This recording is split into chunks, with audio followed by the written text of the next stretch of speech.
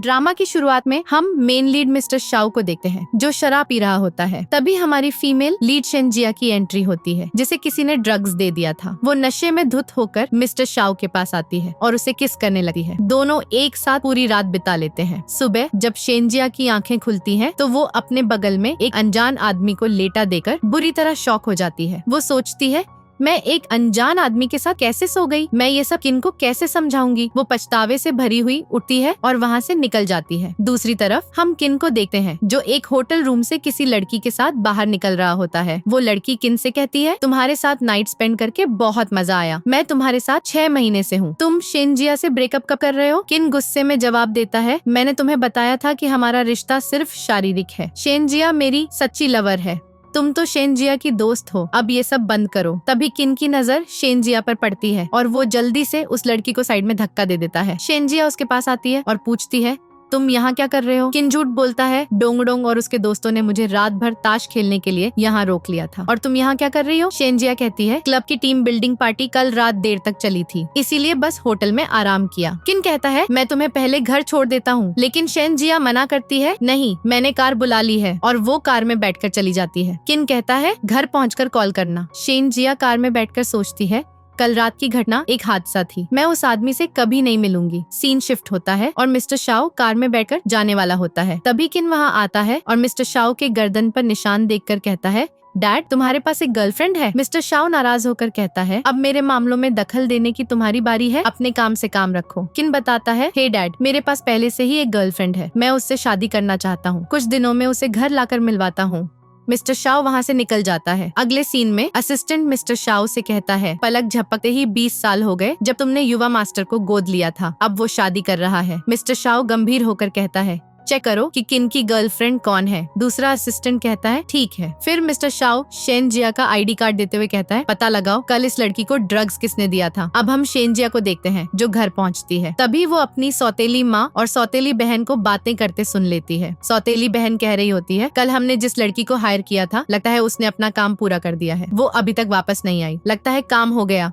वो खुद को इतना अच्छा समझदार और शुद्ध दिखाती है। इंतजार करो जब मैं उसका आदमी के साथ नाइट स्पेंड का वीडियो ऑनलाइन पोस्ट करूंगी तो फिर देखते हैं क्या रोंग परिवार का प्रिंस उससे शादी करेगा। रोंग परिवार के सपोर्ट के बिना दादाजी अपनी संपत्ति उसे नहीं देंगे। सौतेली माँ कहती है ठीक है आवाज धीमी रखो, डैड सुन लेंगे। सौतेली बहन कहती है डैड हमेशा उसका साथ देते हैं, वो एक अनाथ की तरह पली है, उसके माँ बाप मर चुके हैं और अब वो मेरी संपत्ति चुराना चाहती है, मैं उसे मार दूंगी। शेनजिया गुस्से से भरी हुई अंदर जाती है और सौतेली बहन को थप्पड़ जड़ देती है। वो कहती है कोई इंसान किसी के साथ इतना घिनौना काम कैसे कर सकता है, तुम तो जानवर से भी बदतर हो। सौतेली बहन चिल्लाती है तुम मुझे मारने की हिम्मत कैसे कर सकती हो, और दोनों में लड़ाई शुरू हो जाती है। शेनजिया कहती है आज मैं तुम्हें तुम्हारी माँ की तरफ से सबक सिखाती हूँ। सौतेली माँ उन्हें छुड़ाने की कोशिश करती है। तभी सौतेली बहन के डैड आ जाते हैं। वो सौतेली माँ से कहते हैं तुम्हारे होते हुए ये सब कैसे हो रहा है, तुम इन दोनों को रोक नहीं सकती, देखो जिया को कितनी चोटें लग गई हैं। सौतेली बहन कहती है डैड आप हमेशा ऐसा ही करते हो, बिना वजह कहते हो कि गलती मेरी और माँ की है, देखो उसने मुझे कितना मारा। शेनजिया कहती है मैंने तुम्हें मारा क्योंकि तुमने कल रात मुझे ड्रग देने के लिए किसी को कहा था और मेरे बारे में अफवाहें फैलाई। डैड गुस्से में सौतेली बहन को थप्पड़ मारते हैं और कहते हैं तुम्हारी हिम्मत कैसे हुई जिया के साथ ये सब करने की। सौतेली बहन कहती है डैड मैंने ऐसा कुछ नहीं किया, ये अपनी गलती छुपाने के लिए मुझ पर झूठा इल्जाम लगा रही है। शेनजिया कहती है तुमने माँ से जो कहा मैंने फोन से सब रिकॉर्ड कर लिया, और वो रिकॉर्डिंग सुना देती है। रिकॉर्डिंग सुनने के बाद डैड कहते हैं अब से तुम दोनों घर से बाहर कदम नहीं रखोगे, तुम्हारे सभी बैंक कार्ड फ्रीज कर दिए गए। याद रखो कल रात जो कुछ भी हुआ अगर किसी को कुछ पता चला तो तुम्हारी खैर नहीं। सौतेली माँ अपनी बेटी को लेकर चली जाती है और अंकल जिया से कहते हैं जिया तुम ठीक हो। जिया कहती है मैं बाहर जा रही हूँ। अंकल पूछते हैं कहाँ जा रही हो। ये तुम्हारा घर है, मैंने तुम्हारे माँ बाप से वादा किया था कि तुम्हारी अच्छे से देखभाल करूंगा, मैं तुम्हारे साथ कोई अन्याय नहीं होने दूंगा। शेनजिया कहती है मैं अब बालिग हूँ, खुद की देखभाल कर सकती हूँ, मैं बस शांत और स्थिर जीवन जीना चाहती हूँ। अंकल मुझे इतने सालों तक पनाह देने और पालने के लिए शुक्रिया, मैं समय मिलते ही सामान पैक करने आऊंगी। अंकल कहते हैं जिया मैं तुम्हें खुद से दूर नहीं जाने दूंगा, लेकिन जिया वहाँ से चली जाती है। मिस्टर शाओ के गुंडे एक आदमी को पकड़कर लाते हैं और मिस्टर शाओ से कहते हैं ये वो ही है जिसने लड़की को ड्रग दिया, तुम्हारे आदेश पर मैंने उसकी टांगे तोड़ दी। मिस्टर शाओ कहता है अगर तुमने ऐसा कुछ फिर किया तो अगली बार टांग नहीं कुछ और टूटेगा। और वह वहाँ से चला जाता है। नेक्स्ट सीन में हम जिया को देखते हैं जो रोड पर जा रही होती है और मिस्टर शाओ उसे कार में बैठकर देख रहा होता है। तभी हम देखते हैं जिया को चक्कर आने लगते हैं तो पीछे से मिस्टर शाओ जाकर उसे पकड़ लेता है और वहाँ से उठाकर उसे अपनी कार में ले जाता है। जब जिया को होश आता है वह कहती है तुम यहाँ क्या कर रहे हो। मिस्टर शाओ उसे बताता है तुम मेरी कार के सामने बेहोश हो गई थी। तो जिया उसे थैंक यू बोलती है। मिस्टर शाओ कहता है अब तुम शुक्रिया कर रही हो कल रात के लिए भी। जिया कहती है कल जो हुआ वो हादसा था, कृपया वो फिर मत कहो। मान लो कुछ नहीं हुआ, हम अनजान हैं जिनका कोई रिश्ता नहीं। तुम चाहती हो मैं जिम्मेदारी न लूं? हाँ, मुझे तुम्हारी जिम्मेदारी नहीं चाहिए। मेरे पास बॉयफ्रेंड है। क्या ये तुम्हारा पहला बॉयफ्रेंड है? वो कहती है इसका तुमसे क्या लेना देना। मिस्टर शाओ कहता है अगर तुम्हारा बॉयफ्रेंड है तो कोई बात नहीं, तुम्हारा जो मन हो वह करो।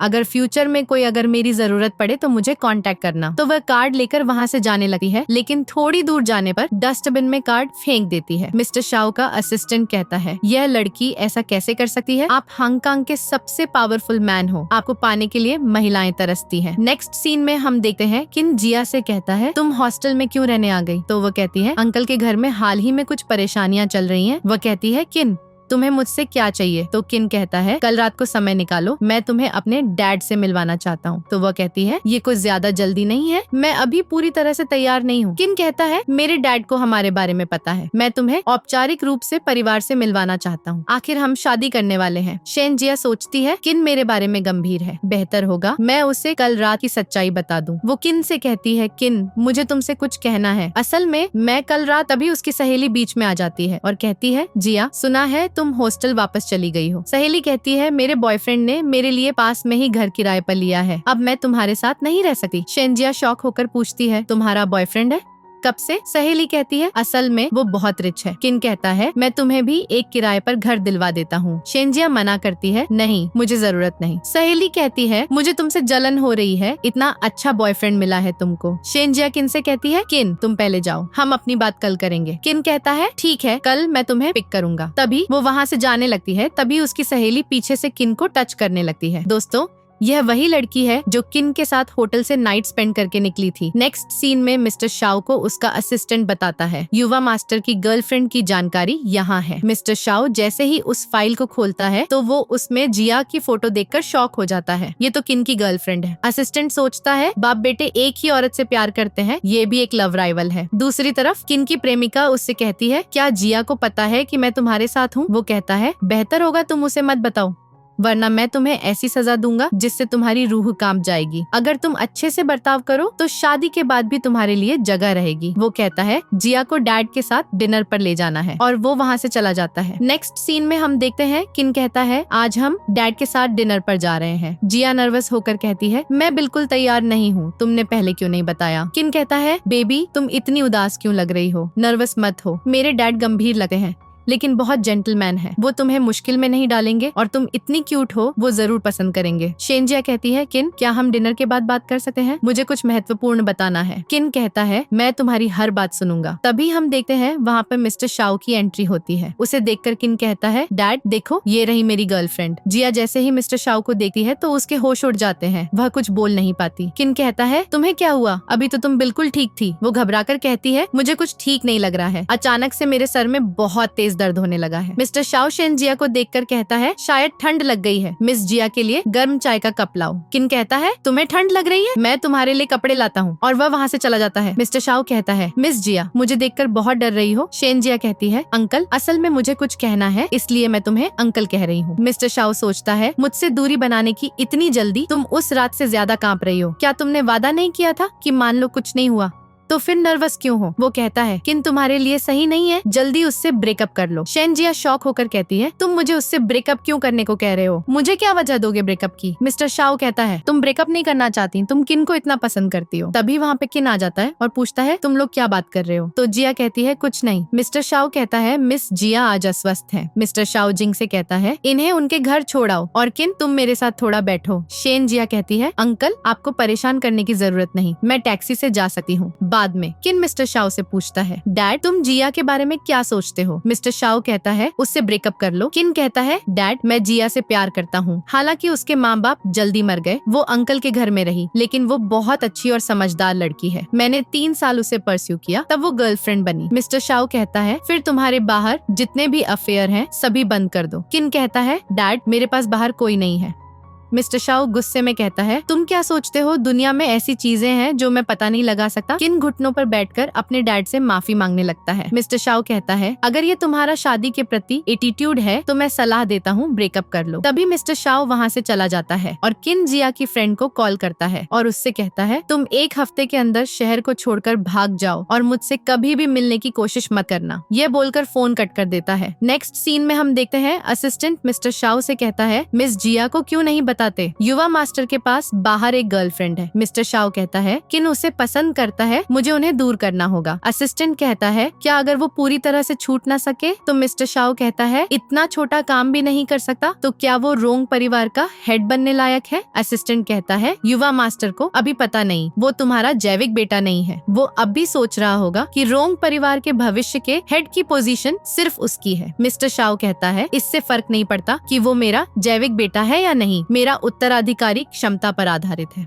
लेकिन अब लगता है वो शायद नहीं कर पाएगा। दूसरी तरफ जिया की फ्रेंड किन को बार बार कॉल लगाती है, लेकिन किन उसकी कॉल पिक नहीं करता है तो वह कहती है तुम्हें ढूंढने के लिए मेरे पास और भी रास्ते हैं। तभी हम दूसरी तरफ देखते हैं किन जिया से कहता है मुझसे शादी कर लो, मैं हमेशा तुम्हारे साथ अच्छे से रहूंगा। शेन जिया कहती है मैं अब वादा नहीं कर सकती। किन पूछता है क्यों? शेन जिया कहती है क्योंकि हमारा रिश्ता बहुत तेज चल रहा है। किन कुछ चीजें हैं जो तुम्हें पता होनी चाहिए। असल में उस दिन होटल में तभी उसकी सहेली कॉल करती है और कहती है जिया मुझे अब उल्टी और दस्त हो रहे हैं, मैं बहुत खराब महसूस कर रही हूँ, मेरा बॉयफ्रेंड मेरे साथ नहीं है, क्या तुम आ सकती हो मदद करने? शेन जिया कहती है मैं देखती हूँ, जल्दी आती हूँ। किन कहता है क्या कुछ इम्पोर्टेंट है? किन से वो कहती है किन मेरे मन में अब कुछ है, अगली बार बताऊंगी। किन कहता है तुम रिंग पहले रख लो, बाकी चीजें तुम्हारे मामले सुलझने के बाद डील करेंगे। शेन जिया सहेली के घर पहुँचती है और पूछती है शान शान तुम कैसी हो? तुमने कहा था पेट दर्द है, क्या मैं तुम्हें हॉस्पिटल ले जाऊं? सहेली कहती है अब बहुत बेहतर है, तुम मेरे नए घर में अभी तक नहीं आई हो, आज बस घूम लो। शेन जिया कहती है ये घर सच में सुंदर है, लगता है तुम्हारा बॉयफ्रेंड तुम्हें बहुत अच्छे से ट्रीट करता है। सहेली कहती है हाँ मेरा बॉयफ्रेंड मेरे बिना नहीं रह सकता। हाल ही में मैं अपने बॉयफ्रेंड के साथ बीजिंग बिजनेस ट्रिप पर गई थी, ये ब्रेसलेट अच्छा लग रहा है, हम दोनों के लिए एक एक। शेन जिया कहती है ये ब्रेसलेट इतना महंगा है, मैं नहीं ले सकती, लेकिन सहेली उसे पहना देती है। सहेली शेन जिया से कहती है चलो एक फोटो लेते हैं। दूसरी तरफ हम देखते हैं किन को एक मैसेज आता है। जब वो उसे देखता है तो उसमें जिया और शान शान की फोटो होती है। तभी वह गुस्से में शान शान को कॉल करता है, तुमने मेरी चेतावनी को अनसुना कर दिया और तुम जिया को उस घर तक भी ले आई। तभी शान शान कहती है जल्दी मुझसे मिलने आओ, नहीं तो मैं जिया को हमारे रिश्ते के बारे में सब कुछ बता दूंगी। किन गुस्से में कहता है मैं अब भी आ रहा हूँ और वह बाहर निकल जाता है। और हम देखते हैं मिस्टर शाओ और असिस्टेंट छत पर खड़े होकर किन की सारी बात सुन रहे थे। मिस्टर शाओ अपने असिस्टेंट से कहता है उसका पीछा करो। दूसरी तरफ शेन जिया कहती है अगर कुछ और नहीं तो मैं जाती हूँ,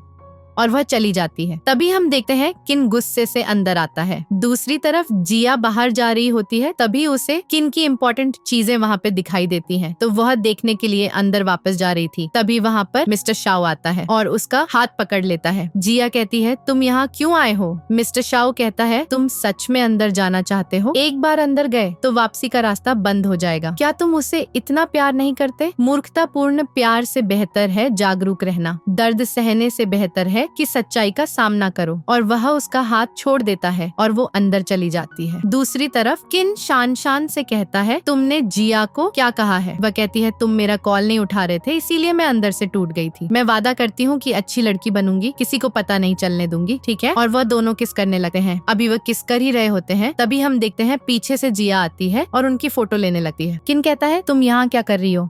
तभी जिया उसको एक थप्पड़ जड़ देती है और कहती है ये तो मुझे तुमसे पूछना चाहिए था। वह कहता है इसने मुझे बहकाया था, मेरी कोई गलती नहीं है। शेन जिया पूछती है कब से शुरू हुआ ये? किन कहता है 6 महीने पहले, शान शान, और मैंने ज्यादा पी ली, उसे तुम समझ लिया। शेन जिया गुस्से में कहती है तो दूसरी और तीसरी बार क्या? क्या पिछले 6 महीनों में तुम दोनों ने सिर्फ एक बार संबंध बनाया? सब ज्यादा पीने की वजह से हुआ, तो तुम सच में अंधे हो। शान शान कहती है किन को दोष मत दो, मैंने खुद पहल की थी। किन का तुम्हें धोखा देने का इरादा नहीं किया, सब मेरी ही गलती है। शेन जिया चिल्लाती है, तुम एक बदचलन हो, तुम्हें पता था वो मेरा बॉयफ्रेंड है, फिर भी बहकाया। मैं तुम्हें अपनी बेस्ट फ्रेंड मानती थी, तुम मुझे मूर्ख समझती हो। तुमने जानबूझकर ये ब्रेसलेट पहनकर फोटो ली थी और तुमने मुझे तुम्हारे अफेयर वाली जगह पर बुलाया। मुझे मूर्खों की तरह तुम्हारे लिए खुशी मनाते हुए देखकर तुम संतुष्ट हो। किन रोते हुए कहता है, जिया मैं गलत हूँ, तुम मुझे मारो या गाली दो, लेकिन मुझे माफ कर दो। शेन जिया सोचती है, मैं अभी भी अपनी गलतियों पर पछता रही थी, लेकिन तुम्हें ऐसे देखकर राहत मिली। तुम जैसे लोग अयोग्य हैं। वो कहती है, ये वो रिंग है जो उसने मुझे दी थी।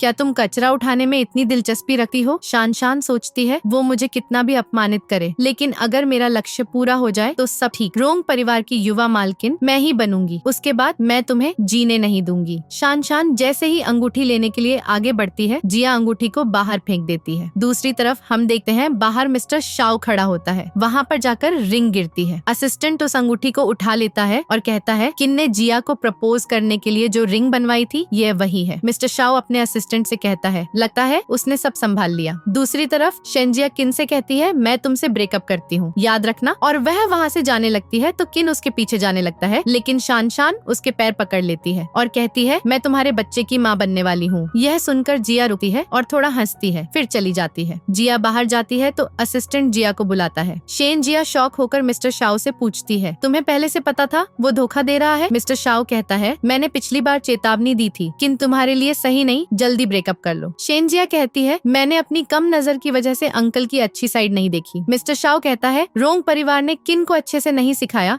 ये मेरी गलती है। मुआवजे के तौर पर तुम कुछ भी मांग सकती हो, मैं पूरी करूंगा। शेंजिया गुस्से में कहती है, अगर मैं हार गई तो मुझे किन से बदला चाहिए? मिस्टर शाओ पूछता है, कैसे बदला चाहिए? क्या उसे अपने पास रखकर रोज घुटने टेकवाकर गाना गवाओगी या उसकी दोनों टांगे तोड़कर घर से निकाल दूं? लेकिन वह वहाँ से जाने लगती है, तभी वह उसकी गर्दन पकड़कर उसे अपने पास खींच लेता है और कहता है, सबसे बेरहम तरीका क्या है, तुम जानती हो? वो कहती है, नहीं। मिस्टर शाओ कहता है, उससे ऊंचे खड़े होकर उसकी हर चीज आसानी से छीन लो, उसे जीवन भर गुस्से में रहने दो, लेकिन वो कुछ बोल न सके, हमेशा पछतावा रहे।